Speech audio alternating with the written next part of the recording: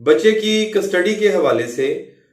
जो बातें प्रिवेल करती हैं उनकी कितनी हैसियत है, अदालतों का क्या रवैया है, अदालतें कैसे बिहेव करती हैं। जब माँ और बाप में कस्टडी का मामला हो तो अदालतों की क्या कोशिश होती है कि वो कौन सी पार्टी को अकोमोडेट करें, बाप को करें कि माँ को करें। उनकी जो जज साहिबान है फैसला देते वक्त कौन से जो फैक्टर्स हैं जो उनके माइंड में होते हैं जिनकी बुनियाद पर वो ये फैसला करते हैं कि बच्चे की कस्टडी किसको देनी चाहिए। इस पे हम थोड़ी सी बात करेंगे। आमतौर पे ये कॉन्सेप्ट है कि जो अदालतें हैं वो माँ को ज्यादा अकोमोडेट करती हैं। वो ये समझती हैं कि बच्चे का जो सबसे ज्यादा ख्याल है वो माँ ही रख सकती है, बाप नहीं रख सकता। ये एक कॉन्सेप्ट भी है, चीज प्रिवेल भी करती है और इसमें बहुत हद तक सच्चाई भी है कि अदालतें जो हैं, चाहे वो छोटी अदालतें हैं चाहे वो बड़ी अदालतें हैं, वो ये कोशिश करती हैं कि जो बच्चा है जो उसकी जो फर्स्ट प्रायोरिटी होती है अदालतों की वो यही होती है कि अगर माँ जो है वो, चूंकि हम समझते हैं कि माँ बच्चे की जो केयर है वो ज्यादा बेहतर कर सकती है, तो हम माँ को इसकी कस्टडी दे दें और ये ऐसा ही होता है। और आमतौर पर जब रूटीन में आप किसी से मशवरा भी करेंगे, बात भी करेंगे कि जी बच्चे की कस्टडी का मामला है, तो वो ये कहेंगे कि ठीक है जी वो तो माँ को ही मिलनी है क्योंकि ज्यादातर मिलती ही माँ को है। लेकिन बहुत सारी चीजें ऐसी होती हैं, बहुत सारे फैक्टर्स ऐसे भी हैं जब अदालतें माँ को अकोमोडेट नहीं करती।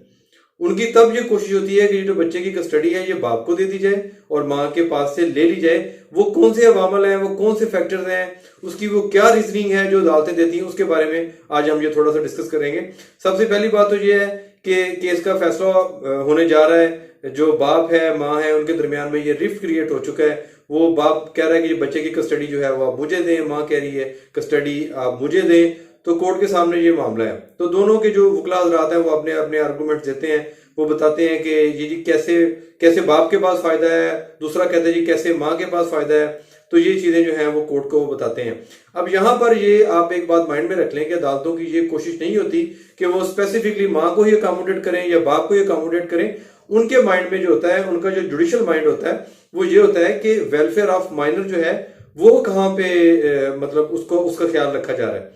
चाहे वो माँ है चाहे वो बाप है। लेकिन जब कोर्ट को, जब किसी जुडिशियल माइंड को ये समझ में आ जाए कि जो वेलफेयर ऑफ माइनर है वो माँ के पास है तो वो माँ को देगी, और अगर वेलफेयर ऑफ माइनर जो है वो बाप के पास है तो वो बाप को वो कस्टडी देगी। इसमें ये जरूर है कि वो प्रायोरिटाइज कुछ चीजें की होती हैं कि माँ को देनी चाहिए, लेकिन ये हर मतलब हमेशा नहीं होता। अब वो कौन सी सूरत हाल है, सपोज बच्चे का वो चल रहा है मामला कस्टडी का, तो लेकिन जो माँ है उसने वो शादी कर ली आगे, तो कोर्ट फिर ये देखेगी कि चूंकि माँ ने तो शादी कर ली है तो जब इसके बच्चे अगले घर में जाएंगे तो वो तो अगले घर में खुद एक मेहमान है, खुद एक नया एज ए न्यू मेंबर वो जा रही है, तो वहां पे उसको सेटल होने में बड़ा टाइम लगेगा। वहां पे महरम का और ना महरम का मामला भी है कि औरत जिस नए बंदे से शादी करती है वो उसका शोहर हो गया, बच्ची के लिए वो महरम है। उसके शोहर का जो वालिद है, जो जिस औरत ने शादी की है, जो उसका ससुर है, वो बच्ची का दादा हो गया। अब बच्ची के लिए सौतेला बाप है और सौतेला दादा है। यानी जो बच्चे औरत के साथ नए शोहर के पास जा रहे हैं, नए बाप के साथ जा रहे हैं, वो उनका सौतेला बाप है और वो सौतेला दादा है, तो वहां पे वो रहेंगे। तो ठीक है, यहां तक तो बात ठीक है। लेकिन यह भी मुमकिन है कि वो औरत ने जब शादी की है तो जिस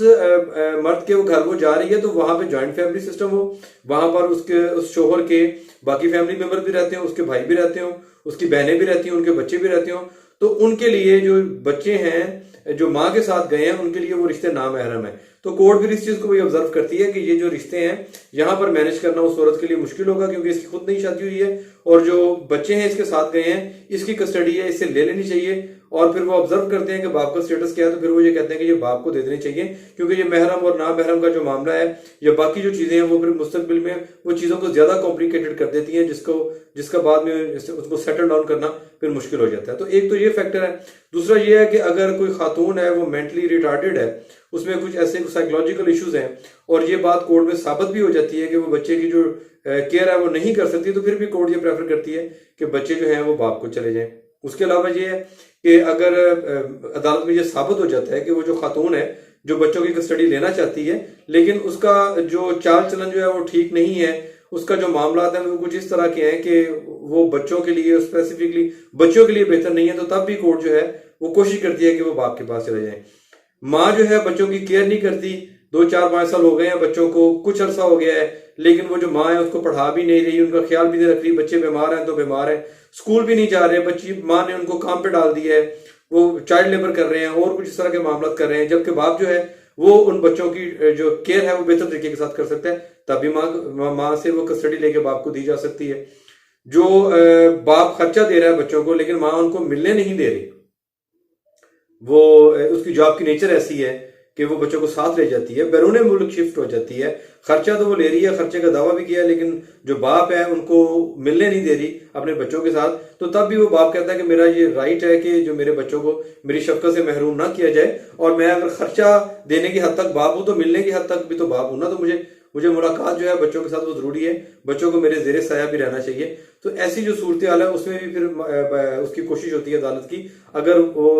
जो हस्बैंड है वो उसका जो वकील है वो इस्टेब्लिश कर ले कोर्ट में कि ये जो चीजें हैं बाकी जो मैं कह रहा हूँ वो ठीक है, और इनका सबूत भी मौजूद है कि जो बच्चों की जो केयर भी नहीं ठीक कर रही और इनका ख्याल भी नहीं रख रही, मुझसे मिलने भी नहीं दे रही, तो ये बहुत सारी ऐसी सिचुएशन है कि जिसमें जब बाप ये साबित कर लेता है अदालत में, तो अदालतें जो हैं उनको जो प्रायोरिटी है वो बदल जाती है। फिर वो कोशिश करती हैं कि बच्चों को बाप के पास भेज दिया जाए और उनकी जो बाकी जो फर्दर उनकी जो केयर टेकिंग है वो बाप करे। तो ये कुछ सूरत हाल हैं। यहाँ तक लोगों की बात बिल्कुल दुरुस्त है कि अदालतें जो हैं वो 99.9 वो यही सोचती हैं कि बच्चों की जो केयर है वो